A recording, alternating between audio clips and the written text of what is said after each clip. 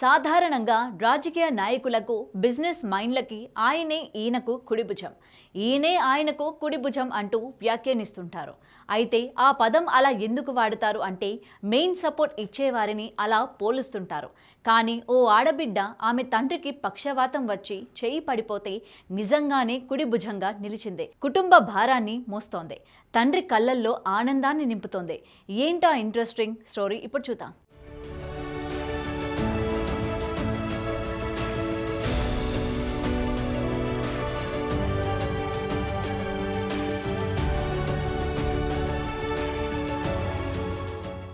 యాదాద్రి భువనగిరి జిల్లా భువనగిరి మున్సిపాలిటీ పరిధిలో రాయగిరి అనే కాలనీ ఉంది.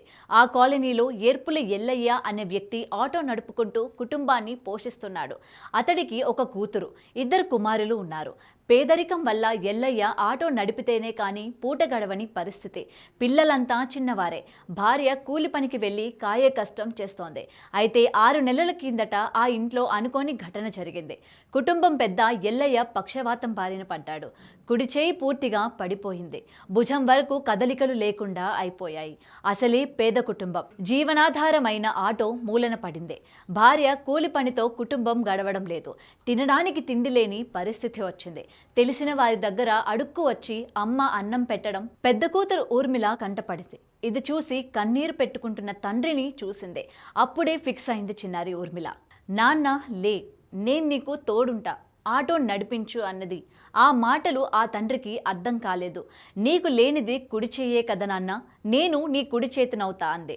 కళ్ళ వెంట నీళ్లు ఎక్కువై ఎల్లయ్యకు మరీ చదువుకో బిడ్డ అంటే, లేదు నాన్న, మన ఇద్దరం కష్టపడదాం, తమ్ముళ్లను చదివిద్దాం, పద ఆటోతి అంటూ తండ్రికి బాసటగా నిలిచింది. తన కోసం బిడ్డ చదువును పనంగా పెట్టిందని బాధపడాలో, పరాయి వాళ్ల ముందు చేయి చాపకుండా బిడ్డే పెద్ద కొడుకై కుటుంబ భారం నెత్తికి ఎత్తుకుంటుందని ఆనందపడాలో తెలియని ఎల్లయ్య కదిలాడు, ఆటో తీశాడు.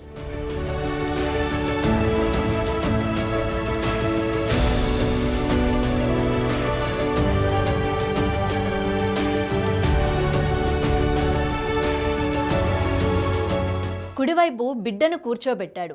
ఎడమవైపు తాను కూర్చున్నాడు. క్లచ్, గేర్ తాను ఆపరేట్ చేస్తుంటే ఎక్సిలేటర్ ఎలా ఆపరేట్ చేయాలి, బ్రేక్ ఎలా వేయాలి అని ఊర్మిళకు నేర్పించాడు. బతుకు బండిని రోడ్డుకు ఎక్కించాడు.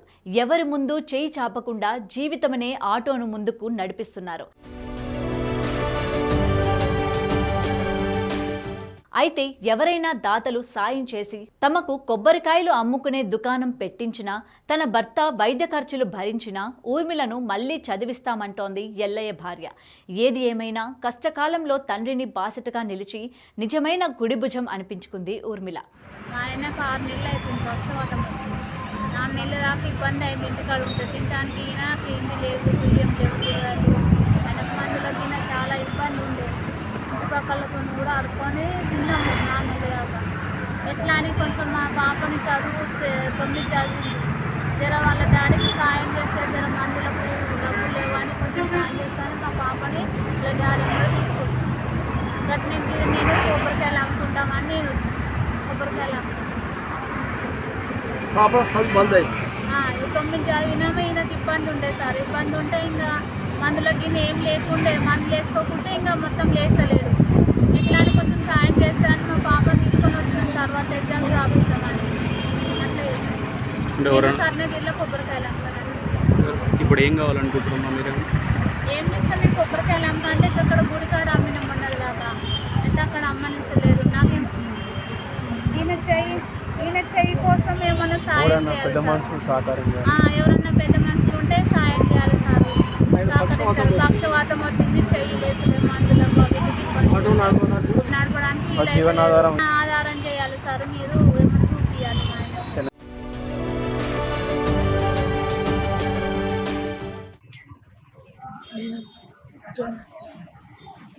ఈ మధ్యలో పక్షవాతం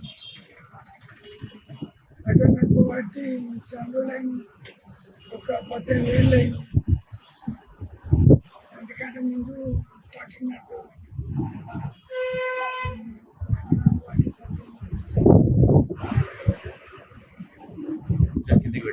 ఈ మధ్యలో పక్షవాతం వచ్చి చాలా బాధ అయింది.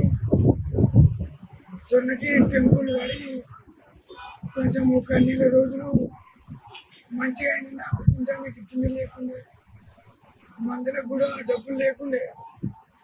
ఒక నెల రోజులు కొబ్బరికాయలు అమ్ముకున్నాం. చాలా బాగా గడిచింది కాలం. లోపల ఎవరు కాంటాక్ట్ పెట్టిరట, వాళ్ళు ఎలగొట్టేసారు. ఎలగొట్టేసినాక మళ్ళీ బయటకు వచ్చాను.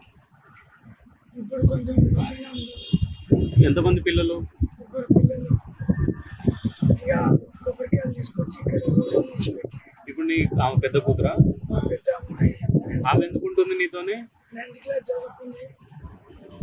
ఇక నాకు నచ్చినది కాబట్టి ఒక చేయి కాలు ఒక సైడు ఆమెనే, అటు బ్రేక్ ఆమెనే పడుతుంది, బయటికి ఎక్స్లేట్ ఇస్తుంది.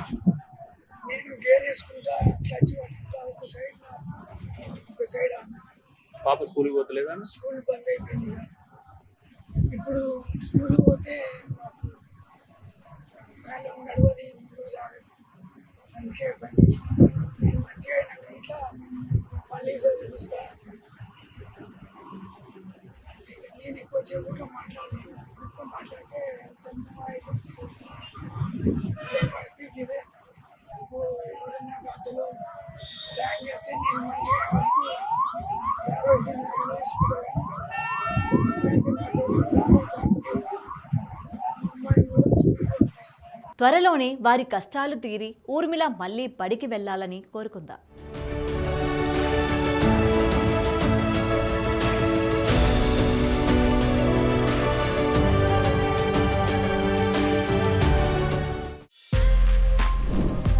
For more videos like this, subscribe Big TV channel.